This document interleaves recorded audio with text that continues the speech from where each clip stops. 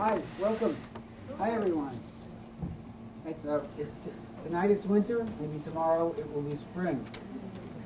I want to welcome you to, this is our, I'll call it the beginning of our spring lecture series for this semester. We've got 4 speakers. Tonight we have Toby Wolf, who's coming all the way from Norwood, so it's not that far. I want to thank the College of Arts and Sciences who helped support this, also Bartlett Tree Experts, Rhode Island chapter of the ASLA, and the Gaetano and Pascalina Faiella Memorial Endowment, which is new to us.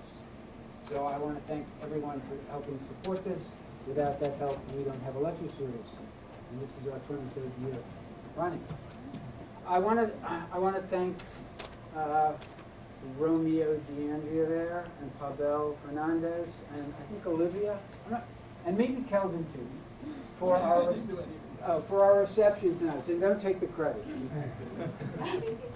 They help, and hopefully you all enjoy what they bring out for food and drink.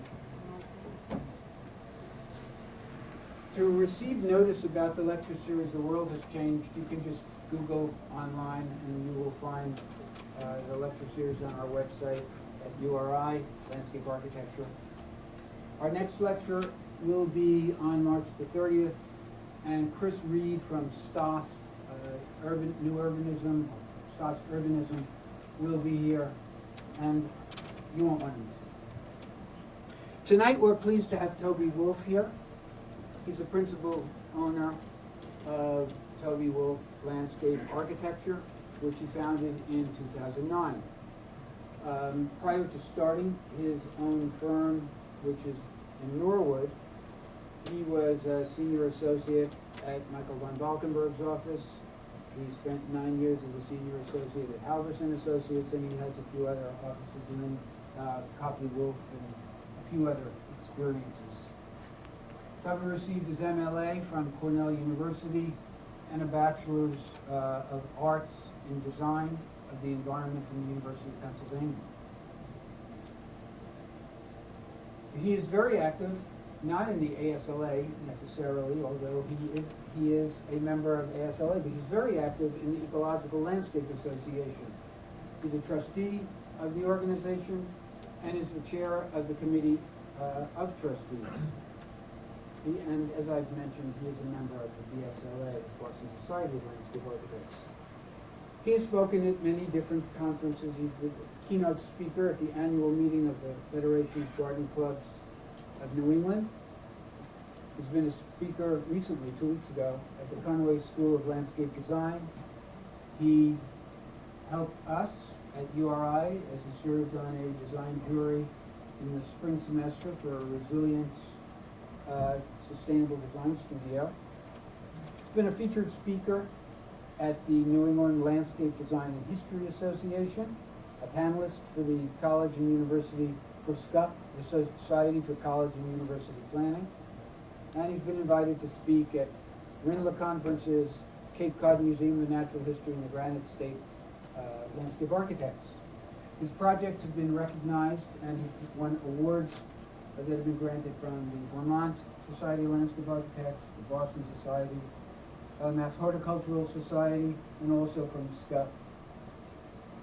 I'm very pleased that he's agreed to be here this evening, and with that I'd like to welcome Toby Wolf.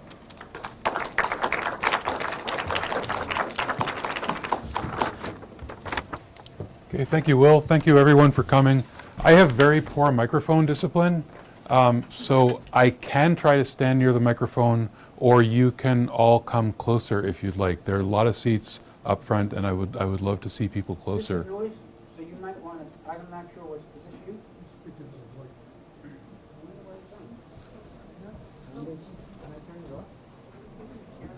voice. Can you hear me? Okay, well then we'll start. All right, I was, and we could probably have the lights down too, if that's okay. I was driving a while back, and I turned on the radio, and I heard Terry Gross interviewing Bill Murray. And Bill Murray had said something about wanting to start a theater that would only be open when it's raining. And she thought that was pretty funny. He said, no, I actually mean it. And he said, I believe that from my own experiences in the theater, that the best house, the best audience you could ever have even, was not a full house, but a house that was 3/4 full or half full because of a very bad storm, which had kept people away and they hadn't bothered to come, and the ones who would come would be still shaking the water off their shoulders and their heads and their hats, and they'd still be wet, and the hair on the back of their head would be wet on their neck because it grounded them in a reality. It put them on the planet. They weren't dreaming. They were really on the planet. They were ready. They lived here. And I love that because that was what I think landscape architecture can do. I think we have a lot of ability. The right landscape at the right time can bring you back from wherever your mind has wandered, back into your body, back into the actual time and place where you are. And I have a hunch that our ability to do that comes partly from our ability to tap into what we love about wild landscapes. And I'm going to touch on 3 things that are true of Bill Murray's Rainstorm and are also true of some of the wild places we love. That they have an immediacy. They touch us. We respond to them. We clamber over rocks. We move a branch aside. We witness things that only happen for a moment. They are immersive. They are not just things around us in a neutral space, but they're our whole environment. And then there's a third thing that there's a kind of, I haven't got the word for it, it's a kind of just is quality, where they're not clever, they're not talking to us, they're not listening to us, they're not monetizing our attention, they're not looking after our every need. The wild places are distinctly separate from us. And there's, I think, the other word I might use for it is they're quiet. And I think there's something special that comes from that. So in a way, I'm saying that the designed places that I'm most interested in are the ones that have the most in common with undesigned places. And that's an interesting nut to crack. And so I have some projects that one way or another got into that direction. The first project is, and everybody can hear me, right? Okay. The Mandarin Oriental Hotel in Boston. This is at the Prudential Center. The new hotel is this building here. This is Boylston Street. There was a garden built in the 1960s, or a plaza built in the 1960s, that needed to be completely renovated to make the hotel. And it's a story about 10 to 20 feet above street level, so all of this is on deck. This is the site as it was. I think it's a lot easier to design if you have a worthy opponent. And this site definitely made a worthy opponent. Aside from being bleak and windswept and generally tired, this hole, for example, which looks kind of interesting in plan, it's a 60-foot wide circle, is basically just an opening to the parking deck below. So it looks interesting from a distance, and you get there and you're like, oh, okay. So it had a lot that it needed. The other thing that was there for me to react to, and this is a project I worked on when I was at Halverson Design, was the environment of the Prudential Center shopping mall. This is everything that Bill Murray's Rainstorm is not. It is a lot of things vying for your attention. It is a lot of objects in space. It could be anywhere on the planet at any time. And everything you see almost is something that's a veneer that's layered on something else. It's very hard to get a sense of reality, very hard to get a sense that you're on the planet. This is the corridor. The garden is on the left. This is the corridor in the mall where you reach it. In a way, this is almost worse because it's sort of empty without being serene, and it's boring without being a relief from the busier parts of the shopping center. So everything that this is, I found was something to react to. So if the mall is always the same, then I wanted to do something that would have moments that only happen once a year. So the bluebells bloom, they're evanescent, and then they're just gone. If the mall is everything is slick and smooth and shiny and reflective, then the landscape should be tactile and rough and really kind of respond to your touch. If the mall looks like it was made by a machine, then the garden should have a sense of hand craftsmanship to it, that you can feel. When you look at a stone wall, you can have a much better. You get a feeling of what it took to lift those stones into place, which isn't the case in the mall environment.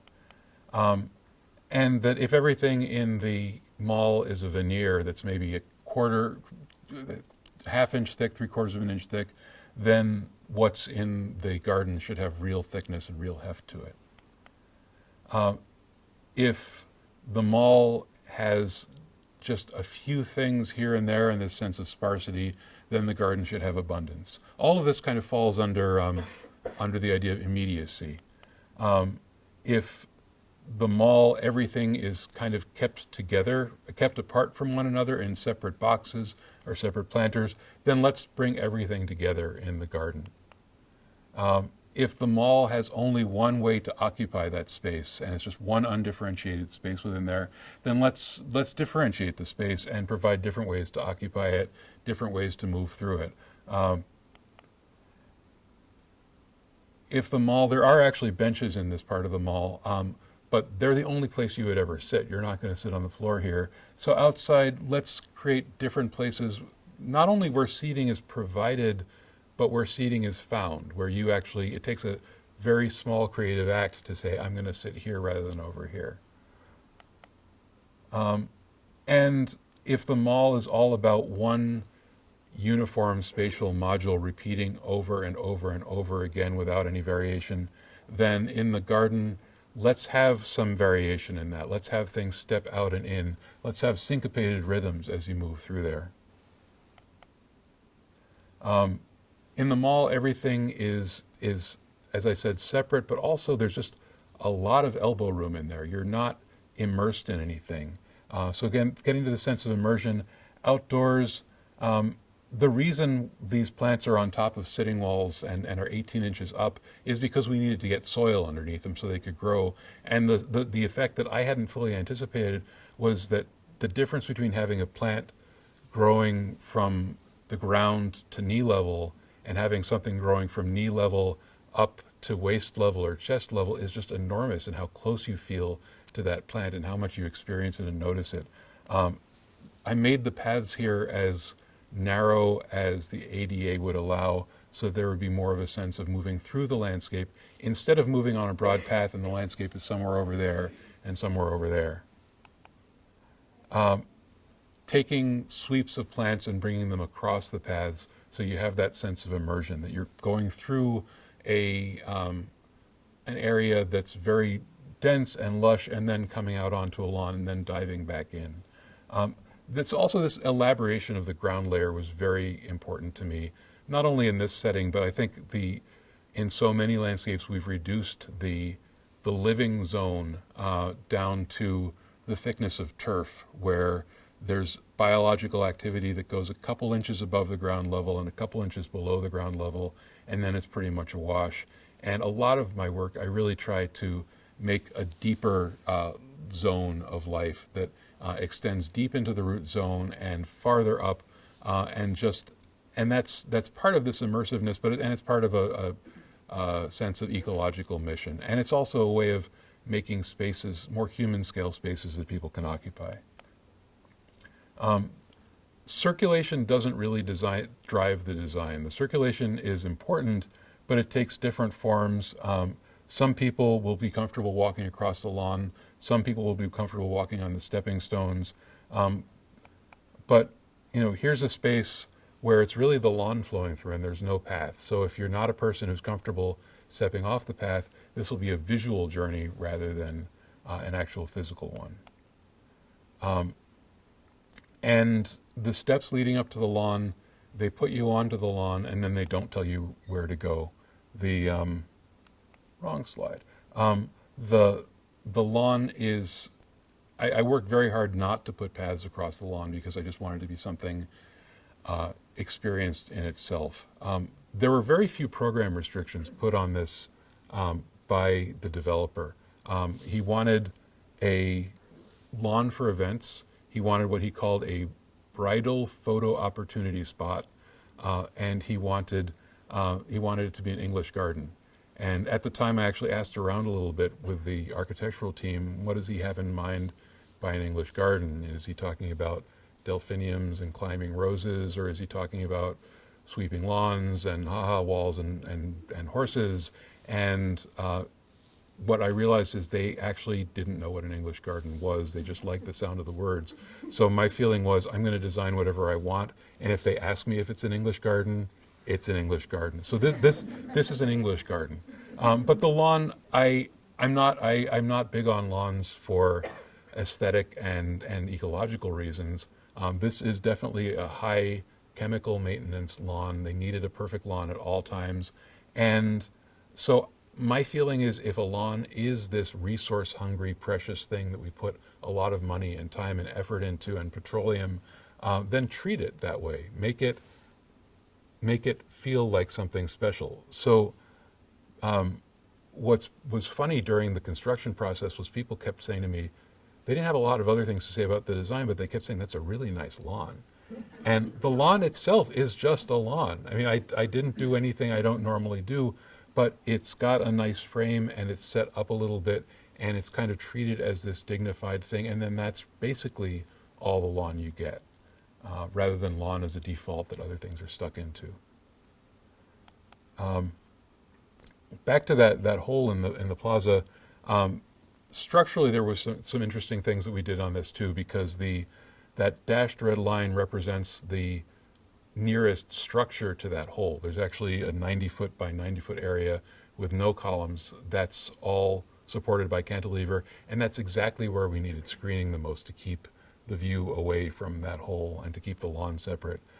So most of the plaza had a nice concrete structure underneath, and we were able to make do with a lightweight granular fill, which we used as much of as we could. We sculpted the subgrade so that there would be a foot of soil where we had lawn, and 2 feet where we had mostly shrubs and small trees, and 3 feet where we had larger trees. And then over here we used we used insulating foam that we tied down to the structure, and built the landform out of that, and then just skimmed that with soil. That's some of that foam before the soil was applied. And we had drainage mat over that and sand over the drainage mat, and a very carefully designed soil profile, almost as if the water was percolating into sort of fractured bedrock. And you can just see the railing in the background. That's how it looks after the plantings really took off. If there's one regret I have about this project, and tell me if you can't still hear me, it's that there was a very long chain of custody, by which I mean I was working for a developer. The land was then passed on to the current owner. The developer and the owner's relationships were not warm, so there was not a lot of conversation. The owner hired a respected landscape maintenance company. They meet with the owner once a year. Then they send out a crew that the owner has never met. And so for me to say to them, I'd like to help you figure out how to prune your trees best, it's very difficult to get that sort of up and down and across the wire, because there's so many links there that are hard to make.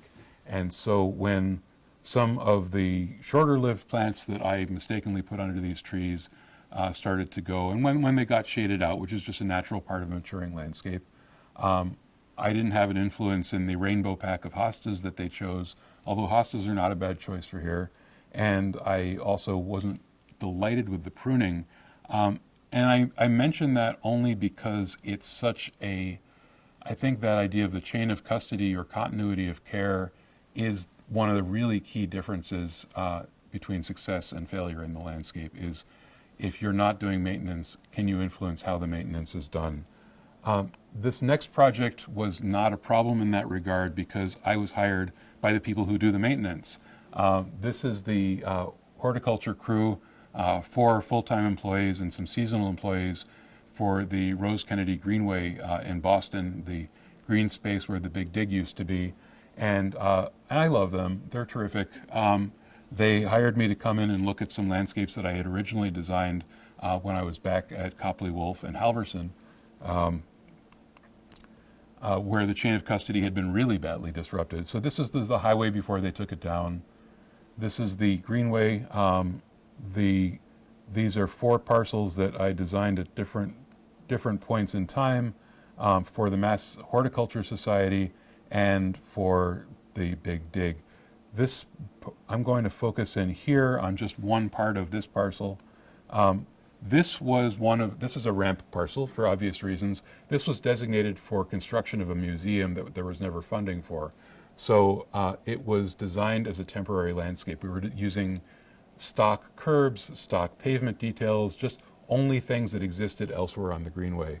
And there's kind of a curse on this piece of land because it was and it still is very narrow. It doesn't really have much of a shape. You can't really do much with the path. So these funny little scalloped edges were just to give it the feel of a larger landscape and more of a journey.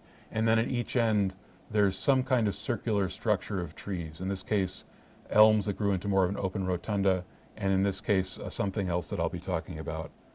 So by and large, I'm really happy with how it worked out. The undulations on the sides worked really well. You don't know you're between two ramps. In the background, not everything is going as well. Here are some really healthy taxodiums, bald cypress, and they're sitting in that circle, and the path goes through, and on the other side and around them, there's this waist-high layer of thornless shrub roses that have no thorns. As far as I can tell, they have no blooms, and they're very, very vigorous. This is that circle. What happened here was designing a temporary landscape means you can only use temporary inexpensive materials. The upside of designing something that everyone thinks is temporary is that it doesn't get a lot of oversight. It didn't have to go through a lot of approvals. So I was kind of free to mess around, and I decided that what would be fun to do here would be to create a kind of a mixed salad of taxodium, bald cypress, and dawn redwood that are similar in form. They're similar in both being conifers that drop their needles in the winter, and that just having that just slight variation from one tree to the next might create a nice dappled effect in the landscape. I honestly don't remember what, if anything, I called for putting on the ground here.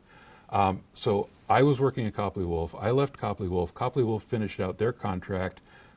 It was planted by the Big Dig. It was at some point, it was 5 years after I worked on this, handed over to their landscape architect to get built. He looked at my plan, this is the part I'm surmising, and said, this guy mixed up all the dawn redwoods and the taxodium. This is clearly an error and I'm going to fix it. So he put all of the taxodium on one side and all the dawn redwoods on the other side. And despite what everyone was telling me in the 90s, that dawn redwood was not the street tree of the future, and they all kind of withered up and either died or just struggled. So I had a really hard time walking by this site for many years. It caused me great pain and embarrassment. And this is kind of what it looked like with the shrub rows overflowing and the plants not doing too well. When the Rose Kennedy Greenway Conservancy graciously brought me back in to fix an error that I have to admit was partly mine, they had already taken out the shrub roses around the bald cypresses, and the effect I thought was just amazing, that the trees had a dignity that they'd lost. You could see how the trees met the ground. They had a beautiful form, and they really wanted to know what to do with the other side of this. Should they plant something different? How do they round this out? And in a drawing that I would only show to plant and design people who know what I mean, I suggested that these matchsticks, that we take the trees that exist on one side and continue them on the other side. So this is one grove that you walk through, and then on the ground surface, take a variety of mostly native ground covering plants and swirl them around so that you're walking, again, through something rather than having something on both sides. The path in the middle is a little wider than I'd like, so I really felt that we had to do everything possible to make this one place. My concern was that, and we were using plants like Solomon seal, ostrich fern, Canadian ginger. My concern was I was using kind of these wild seeming plants in too much of a garden way. And what I eventually got around to doing was saying, okay, there's Solomon seal over here, and there's Canadian ginger over here, and in between there's a layer where we're mixing them 50-50.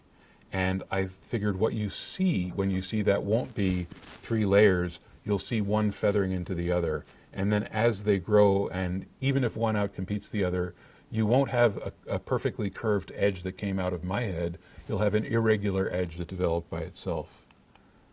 This is right after planting. It's really become kind of a bell jar terrarium of plants that you can walk through. And most people, a lot of bikes come through here. Most people are walking through talking on their cell phones. It's just some people, when they have a moment to notice, may be getting this flavor of a deep woodland, even though it's a deep woodland that never existed. Canadian ginger and bald cypress don't share any range in nature. It's a novel community. But the sides did really start to knit together. And in this photo taken by landscape architect J.P. Shadley, it shows how the different plants in this area are mingling in a way that seems uncontrived and undesigned. Just to prove that I can do a project without overplanting it, I wanted to show you some work that I did at New England Aquarium. This is Central Wharf. This is the original aquarium building. This is the harbor walk going around the outside of that. Here it is from the harbor. Amazing site. You can see here a little bit more the harbor walk going around the perimeter. They're using the backyard for tent space. They're using it for storage. They have an animal clinic there because they need to have one on site. You can see the original building that has no windows facing the harbor. This is the view when the paying customer steps out of the building. You might get a little glimpse of the harbor. And this is the view. This is the $100 view. This is the best part of the whole harbor walk. And this is what it was. You have all this space, but no sense of spaciousness. And then you have a separation because the aquarium doesn't want you to see the junk that's in their backyard. And I worked with a planning team that included Cambridge 7, and as gently as we could, we made the point that if your institution is all about the ocean, you can't consider the ocean to be the back of your building. It has to be, we know you have a front door facing the city, you need to have another front door that's facing the ocean. And a lot of what we did was just getting stuff out of the way so that views and circulation could connect from the building to the edge of the wharf and to the view of the ocean. And in Boston, that view of the harbor, you can be right near the harbor, you can be right at the edge of one of the slips and still not get a sense of its spaciousness. So still when I go out there, it kind of blows me away. And I wanted that to be available. So this is the harbor walk. There are also, because the harbor walk is cantilevered from the original wharf. The original wharf is a stone structure filled in with whatever fill was available. The harbor walk was built with the aquarium in the 70s, and it overhangs the edges. So they're two separate things at two separate levels. So here we've got about a 4 or 5 foot difference in grade, and so we're going to have to ramp up to bring the harbor walk to the same level as that.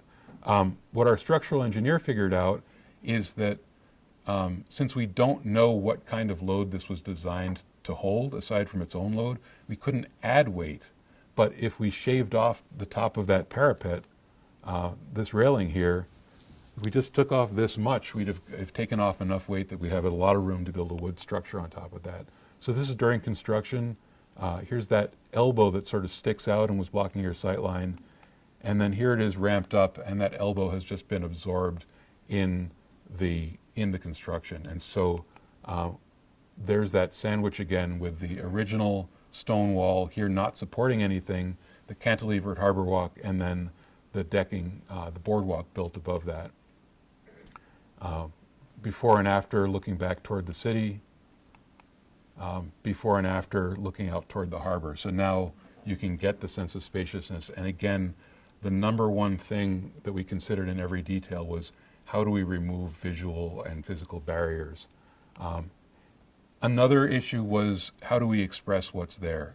Because the wharf is an earthen structure, and it's heavy and it's solid and it goes all the way down. The harbor walk is a wood structure on a cantilevered concrete structure. It's light and it's self-supporting. So we wanted to keep that distinction clear.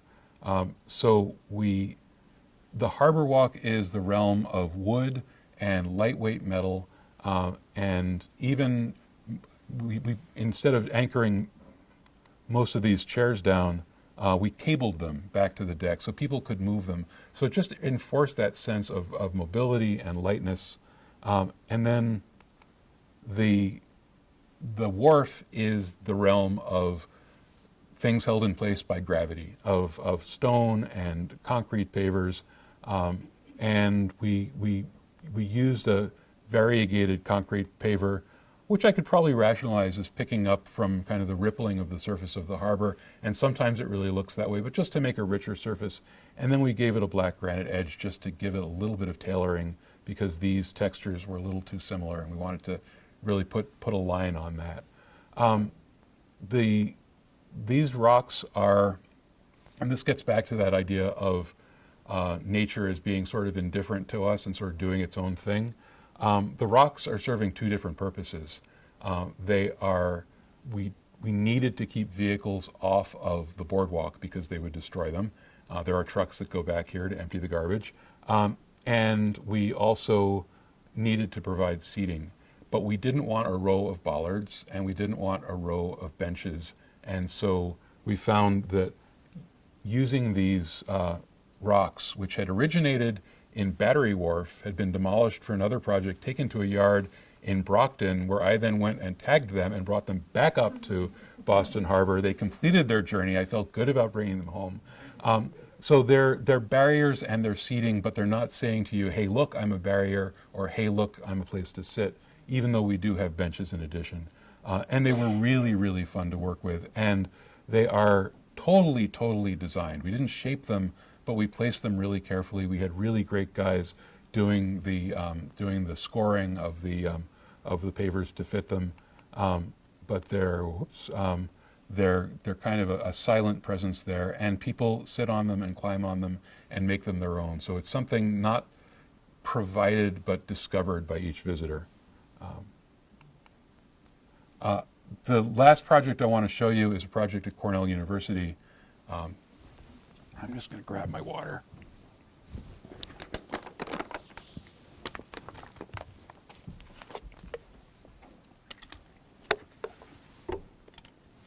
Okay, on the theme of water, Cornell University sits above Cayuga Lake, which is about 40 miles long. It's the largest of the Finger Lakes in upstate New York. Cornell is basically a little city up there.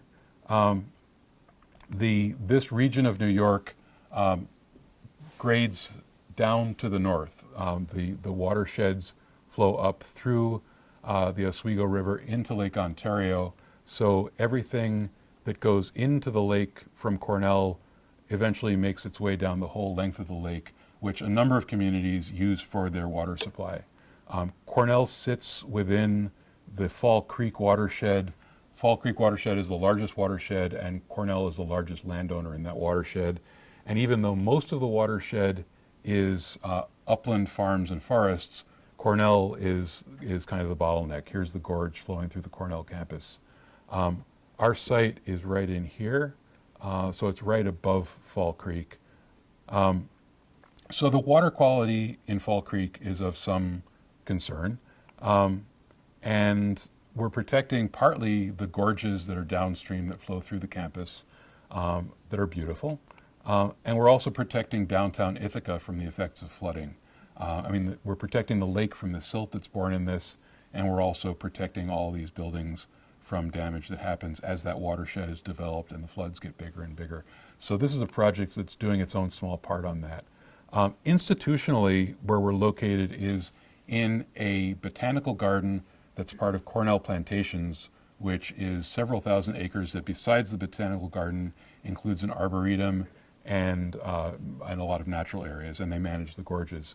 So we're right in the middle of the Cornell campus, fairly central, but separated from it by a drop of about 150 feet in grade. So it's Cornell likes to call itself centrally isolated in upstate New York, and the botanical garden is centrally isolated within the Cornell campus. Geologically, it's situated within an ancient oxbow. As the glaciers retreated, Fall Creek meandered, deposited a delta, and then meandered through that delta and carved out these U-shaped valleys. And and this is all in geologically extremely recent time. This abandoned oxbow is still a little bit of an active stream. This is still kind of imprinted in the topography.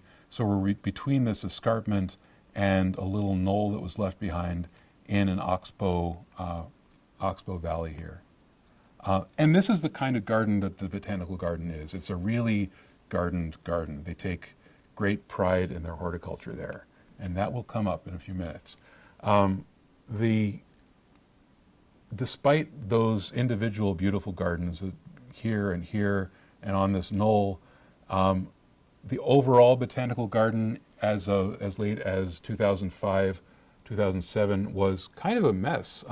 There was this great fabric here, and then there's a lot of lawn, and there's some corn, and there's some outhouses, and I don't know what they were growing in here, and a peony garden with its own geometry, and then random plants. I think worse yet, as you drive in, you could park here, you could park there. It's not very organized. To leave, this is a one-way loop that goes around this knoll in places where cars don't really belong. If you want to walk in on foot, you're walking along the same driveway. If you want to look at the Alpine Garden, you have to stand in the driveway looking at the Alpine Garden. So there was too much mixing of circulation and gardening, and there was just this huge unrealized potential. So in 2001, 2002, I worked on a master plan for them that made a few big moves, and one of the biggest ones was saying parking is going to be near the road. If you're not disabled and you're not driving an emergency vehicle, you leave your car here and you walk through the gardens to get to the new visitor center. And the visitor center isn't your destination. The visitor center is a tool for helping you experience the garden. So it was about helping the institution grow and also protecting it from growth. But this whole zone that had been invaded by vehicles was now protected from vehicles. And this is actually around that outer edge. So we did, way back in the dark ages of 2002, call for a runoff management area, and it was seen as a buffer zone, essentially. We didn't really have a lot of horticultural aspirations for it, and this is kind of the drainage. I think the old creek valley would have been where this road is now, but water was still draining around the edge of this bowl, and so we're taking advantage of the natural drainage pattern there. As it was built, the plan actually, the master plan is never what gets built, and in this case, I think it was improved on because in one significant way, the runoff management area on the outside of the garden became a bioswale inside the garden. So this thing that was going to be a semi-visible buffer area became the first thing you see when you get out of your car, and that was key to its visibility, its maintenance, its meaning in the visitor experience. That made it a feature and not just a piece of infrastructure. Here's the green roof that also supports that mission. We have too much soil on that roof, which is why we have weeds, and I would love to go back there and adjust the plantings to take advantage of the soil we've got one of these days. Aside from the green roof, this is essentially the catchment area for the bioswale. It takes water off the parking lot, off the area where the future gardens will be, and eventually puts what doesn't percolate into the soil into a pipe that goes into a creek and enters the lake, or in better form than it was before. Throughout the whole process of designing this, there's a lot of attention to balancing performance and legibility. Because we were in a botanical garden setting, because we were at a university and one with a big ag school, it was important that we take advantage of that audience and not just have a landscape that does its job, but a landscape that starts to explain how it does its job without using a whole lot of gimmicks and special effects, just some gimmicks and special effects. So I'm just going to kind of build up the function and build up the interpretation at the same time. The first job that it's doing is holding stormwater and releasing it gradually. It's sized to hold a 100-year storm. There is, at the base of it, we'll get to that in a moment. It's sized to hold a 100-year storm. From an interpretation point of view, the grading is a little weak. We didn't really have the room to do the kind of geometry that would have given this more verve. At the bottom of this is essentially a dam that allows water to flow into a culvert in a metered way so that it will fill and it won't overflow and it will drain gradually. So we're reducing the flood burden in the creek and the lake below. The second function it's doing is removing particulates from the water. And that's where we start to have a little more fun because there's a little bit of hardware involved in doing that. So the first detail, and one that I really love, is that this granite curb is a 1/4 inch to a 1/2 inch above the pavement. It looks like a flush curb, but it's just high enough to slow the water down and get a little bit of silt deposited out there. I've actually got a photo of weed growing in that silt, so it's significant. So that's a place where it can the worst of the particulates will deposit out there and can be cleaned up. What makes it past there goes into this pebble strip. That has a liner so it can be cleaned out periodically. This area beyond that, which is known as the filter strip, is a slight basin in form. So that is another place where that can hold enough water that more particulates settle out. It can be easily cleaned before we get into the real valley of the bioswale. So these great bridges, GRATE bridges, are designed to bring you across there, to keep you above the level of that, so your path isn't dipping down and then coming back up. But it's also designed to bring your attention to what's underfoot and the fact that you're not just walking on any other walk. When you get as you cross the bridge, you're traveling in the same direction as the water is traveling toward the valley. And then as you get to the end of the bridge, to get to the visitor center, you take a left turn, and the water is taking a left turn too, because it's getting down to the center of that valley and moving toward the dam. So your movement and the water's movement are running in parallel, which I really like. At the foot of that, I showed you the section of this wall before. There is a little bit of fakery here because we took what is a wall and a dam and articulated it as a bridge so that you would feel that you were going over water, and that might prompt you a little bit more to look down over the edge and see what's there. So we're drawing people's attention to where they are. The planting is where things get interesting and complicated because, and this is that column of life, that taking the bluegrass that it could be here and giving it something much, much deeper was really important. And we really started out saying we're going to model this after naturally occurring meadows. But again, remember, this is the kind of setting we're in. This is what they expect plantings to look like. And the question came up from the executive director of Cornell Plantations, is this going to look like weeds in a ditch? And if it is going to look like weeds in a ditch, should we do it? And the only possible response to that was, no, sir. This is not, I didn't tell him it's going to be an English garden, but I said it is not going to look like weeds in a ditch. And we worked really hard to make sure that did not become the case. And it brought to my understanding realization that there's still a gap between traditional horticulture and ecology. The traditional horticulture presents plants to the public, and green infrastructure uses plants for the services they provide. Traditional horticulture assembles plants in curated collections based on any number of different factors, from taxonomy to origin to human use. Green infrastructure looks to put plants together in stable, self-sustaining communities. Traditional horticulture prides itself on maintenance, and green infrastructure, which is required to be effective to cover more ground than traditional horticulture does, really is required to have very moderate maintenance and material input. We don't, it should ideally not be fertilized and irrigated. So there is a little bit of a collision between worlds, and trying to reconcile which of these things goes together.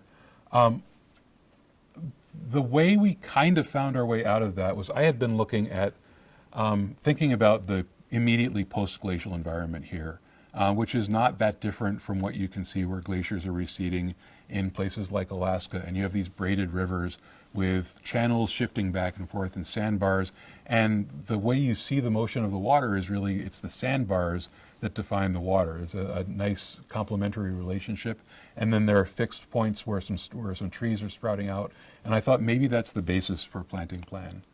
But again, how do we superimpose that geometry on this? Even in plan, it's just there's not much wiggling around that the stream is doing, so the planting has to do that. So I started just kind of sketching and drawing the lines that were not going to be a literal representation of this river because we're superimposing it on a three-dimensional surface, but would somehow get that pattern. And so maybe the red patches feel more like the sandbars, and the green and yellow patches feel more like the water moving in between them. And meanwhile, the landscape architect and horticulturalist at Cornell Plantations, we'd been sending plant lists back and forth. And one day I got one that was a list divided into two categories. One was architectural and one was community. And I looked over the list and I called them and I said, what does this mean? And they said, well, architectural means plants with an individual presence, and community means plants that flow together. Typically grasses, but this is wood aster, so it could be many different kinds of plants. And I thought, okay, well, architectural is fixed and unmoving, and community is what flows through. And so we were able to kind of take two ways of thinking and unite them into a planting plan. This is where I left off on this project, because this is where Cornell was going over budget and realized that they didn't need to put this in their building construction budget. They could have their own staff plant this, which meant their own staff was going to finish the design.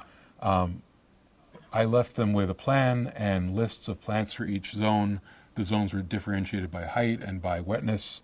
And then Irene Luxtudis, their landscape architect, took every part of this and developed a detailed planting plan for each panel and did a really masterful job. She not only did that, but where I had written down that we should use panicum, switchgrass, she found, I think, 8 to 11 separate cultivars of panicum that as a botanical garden they were interested in growing. So she just added a whole lot, and she's really responsible for the rhythm of these plantings and the way the Joe Pye weeds repeats down the length of this and creates a sense of depth. Finally, interpretation. We designed this to be a self-interpreting landscape, but signage really helps. And Cornell's education staff came up with a ditch that cleanses water, and apparently that has been the buzzword, that people will go up to staff people and say, what's going on with the ditch that cleanses water? So the message is getting through. One of the things that satisfied me a lot was that they decided to put the sign on the inboard side of the bioswale so that you don't get the interpretation until after you've seen it. So that when you get out of your car, you're confronted with this. It's just plants. And there are a couple labels here and there, but there's nobody telling you what to think about what you're seeing. You get to have this unmediated experience of the plants, and it's only after you go through here and over the bridge that you get the explanation. You're allowed to live with the mystery for a little while. This is the panicum in the fall, looking pretty spectacular.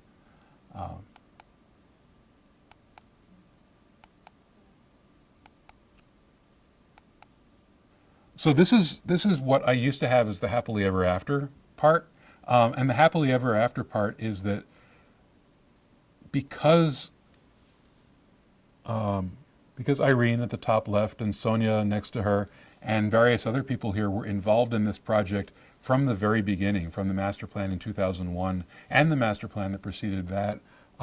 This is their garden, and they were involved in shaping it at every stage, and so there is no handoff from designer to maintenance. They own it and they carry it through. However, there's been some research done on this. This was actually used for a landscape performance study by a Cornell faculty member, and which is great. It's great to get some actual hard information on this. She collaborated with a bunch of people in different departments around the university, and she found that it was doing what it was supposed to do.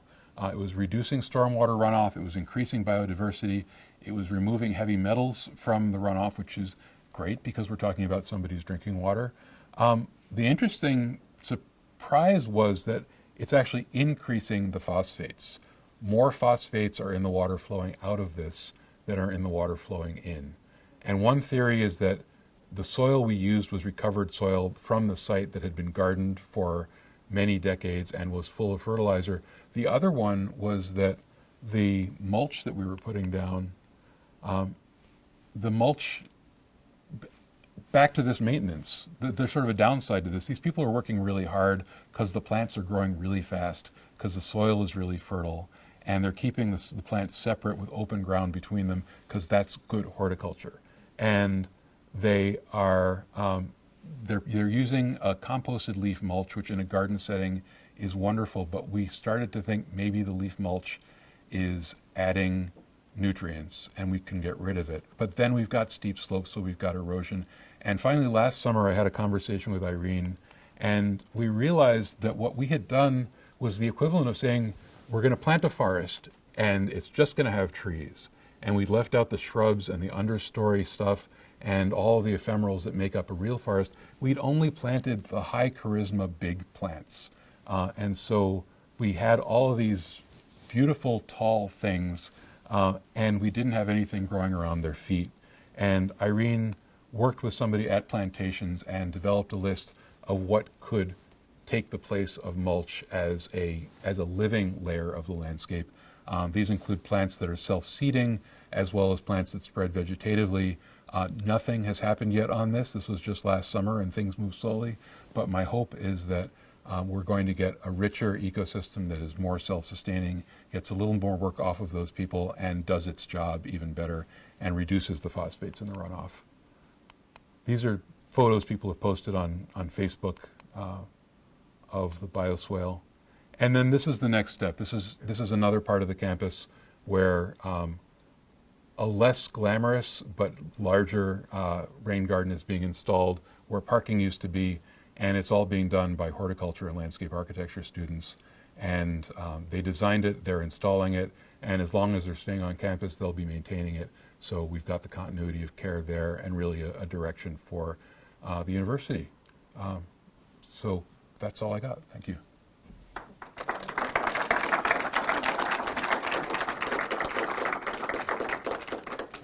Am I allowed to answer questions?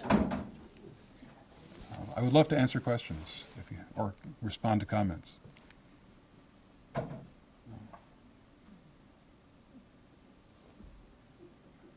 Back here. Did you say that is a rain garden that they are establishing? Yes. How is the water getting in there? Is it draining down? There's a raised curb, and there are little slices cut out of that curb. It doesn't immediately look that way. It looks like it's about the same level. Yeah. So for that project there, you said that students designed it and students installed it and students maintain it, and they do it there. What do students get for, do they get community service? Do they get money? Do they get credit? Do they just get pleasure? I believe it's as part of classes. So I don't know more than that. Are you getting ideas? Yes, back on the path with the water flowing under you while you wash, does the water ever freeze? Does the water, in Ithaca it's frozen a lot, yeah. It should percolate down faster than it's accumulating. I haven't heard of problems with the water, with ice actually building up, but underneath the soil is a fairly porous, actually that band is a sandy soil, so it shouldn't be forming ice, it should be percolating in before it freezes, which doesn't mean it can't happen, but I haven't heard about it happening. You showed roots going down. What are your ideas about combating soil compaction? In Just urban soil compaction.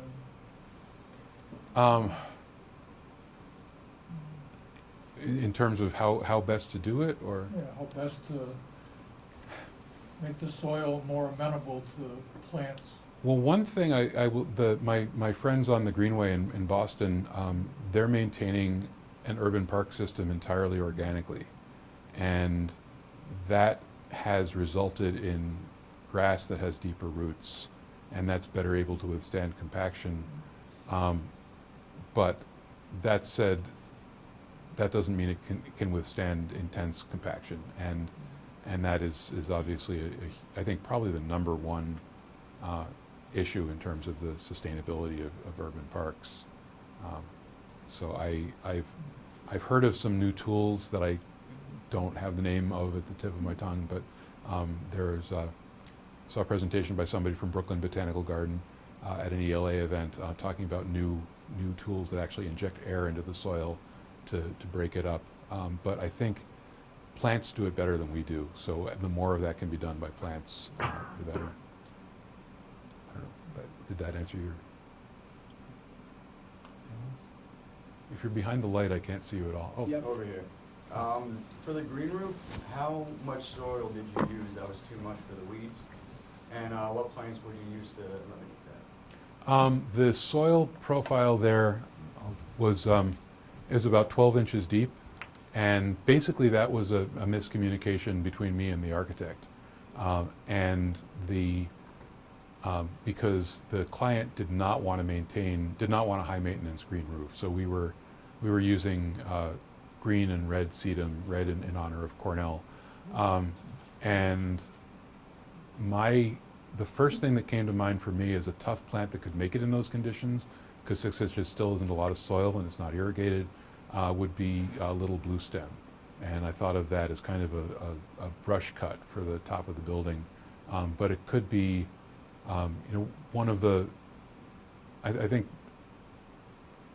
the idea of either a plant that grows happily on its own or some kind of matrix of meadow-like plantings, but lower ones. Sedges come immediately to mind, and so do some of the smaller grasses.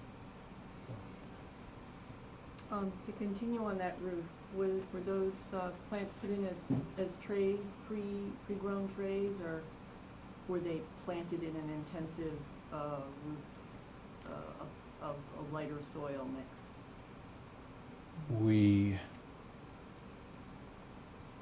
I know what we set out to do, and I'm trying to remember if we did it, but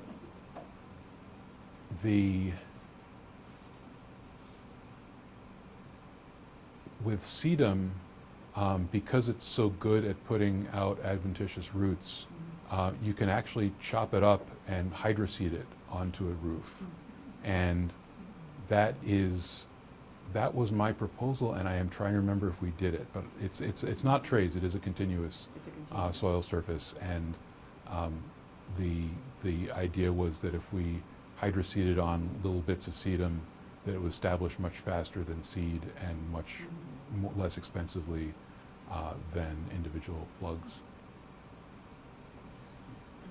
When it comes to a green roof that you either did at Cornell or do somewhere else, and the client says, I want low maintenance, and well, when you put it in there, do you say, well, low maintenance means this many times someone has to go up on your roof and pull out trees or cut things back? Do you get into that? In the sense that low maintenance does not equal no maintenance? Yeah, I don't usually provide the specific recipe, but it's,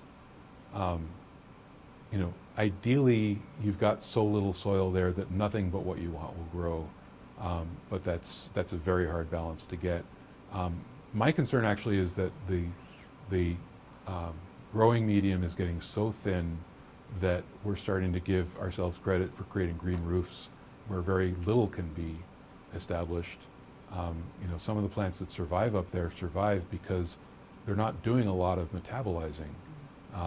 And so they're not, a sedum is not providing the same benefit as a little blue stem would.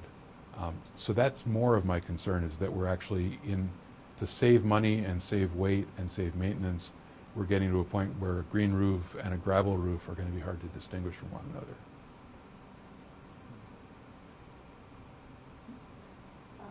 Do you recall what exactly the medium was that you used on that roof? No, I don't.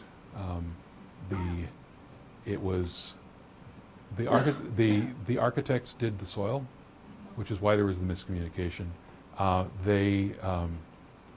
They were in Toronto, and they were working with the large green roof company that's based in Toronto, whose name doesn't come to mind. But it was not a dense soil. It was a lightweight growing medium, but there was just more inches of it than I had expected. Going back to doing planting trays versus continuous surface, would you recommend the continuous surface over the trays for something more, if you're doing more like that meadow style planting on the roof? Is there a benefit to one versus the other? I hope I haven't presented myself as a green roof expert. I'm better at the intensive ones than the extensive ones. But theoretically, the trays can go down faster, and they can be planted with live plants in them, so they establish faster. So if that's important, that counts. One argument for the trays is that they can be taken up easily if there's a break in the roof, but really they can't be taken up all that easily. There are sods starting to be available that can be rolled out on a continuous roof.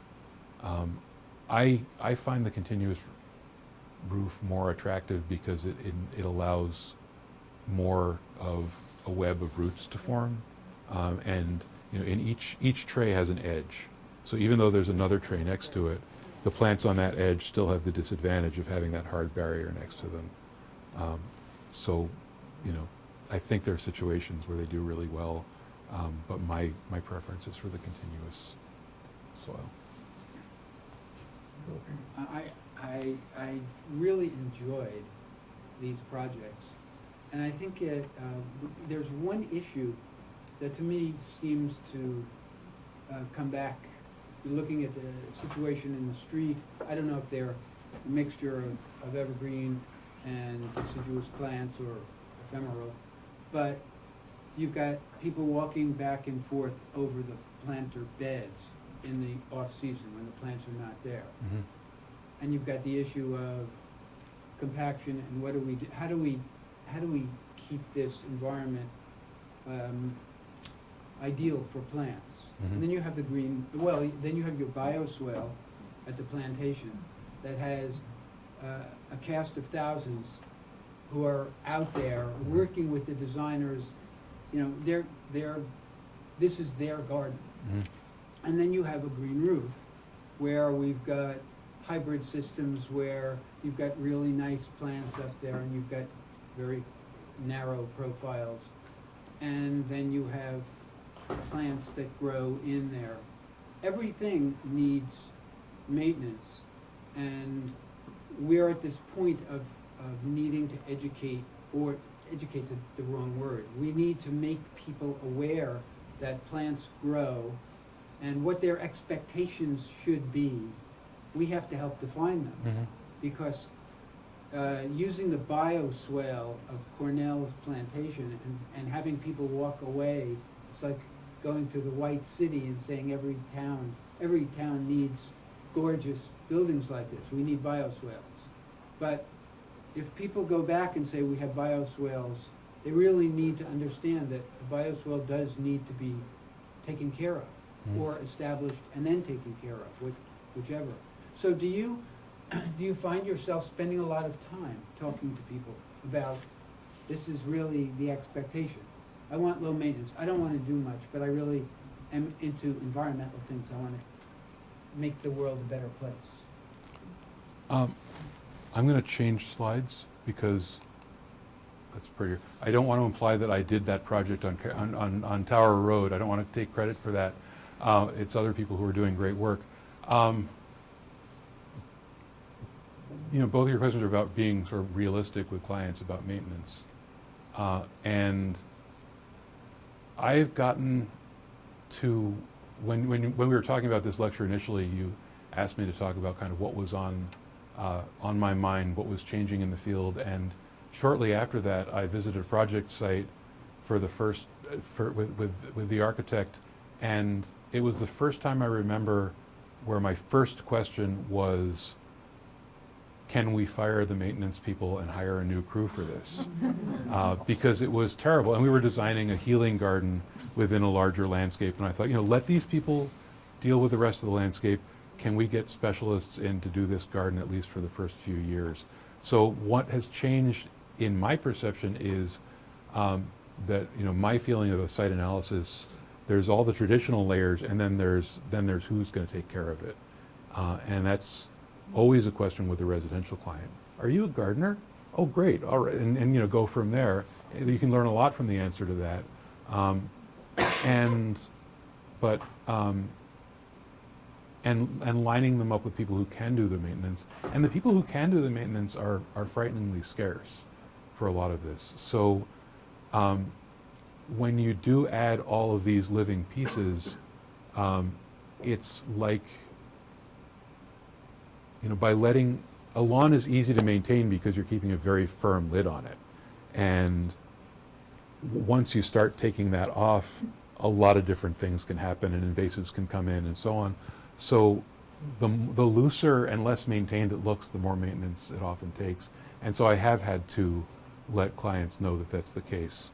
The same client who wanted to take the steep slope in front of his house and make that into a bioswale also needed to be told that he was going to need to have a gardener who was taking care of that.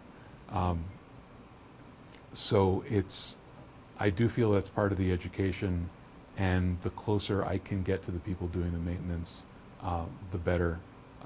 And part of it even comes down to teaching residential clients how to water their landscapes, because most people don't know how to water a tree. And I've worked with contractors who are really happy to go out and give a watering lesson, which most people don't think they need. And I've also found more and more, I'm starting to promote the idea of the 5 to 8 year tune-up, because it's around then that the trees, you can't plant shade-loving plants under 2-inch caliper trees and expect them not to bake in the sun. So, and if you plant sun-loving plants, they're going to get shaded out. So and I have a park where the sun-loving plants are getting shaded out and they look terrible, and I'm trying to work with people to say, I'm not getting paid for this anymore, but we really need to swap these out into something that will look good there. This isn't a failure, this is a change. And your 8-year-old isn't wearing the same clothes that she was when she was newborn, so why do you expect the landscape not to require some change? And with tree pruning, that's a pretty crucial point as well. So maybe I should be spending more time looking at my client list from people I was working for 5 to 8 years ago and calling them up, because that does seem like a crucial juncture. But the herbaceous layer is its own piece of work. Just wanted to say that I think your work is just beautiful, and really, like where you're coming from, from your, philosophical perspective. I wonder, how much you consider in the plant choices, the benefit to, say, insects or, all the work that Doug Callahan has Mhm. done.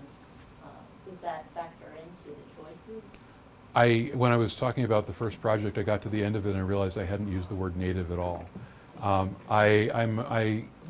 Thank you first, and absolutely. And one of my disappointments with the study done of the Cornell project, which I understand you can't study everything, is that Cornell has this kick-ass entomology department, and they didn't survey the insects. And I knew we'd increase the plant biodiversity because we planted a lot of different kinds of plants.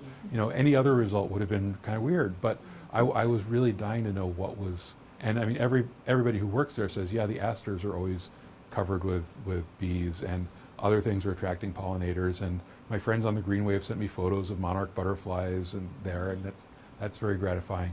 But yeah, when I talk about that sort of living layer, I'm thinking of everything from the fungi in the soil to the insects. I think that is vitally important for us to be doing. So thank you for reminding me.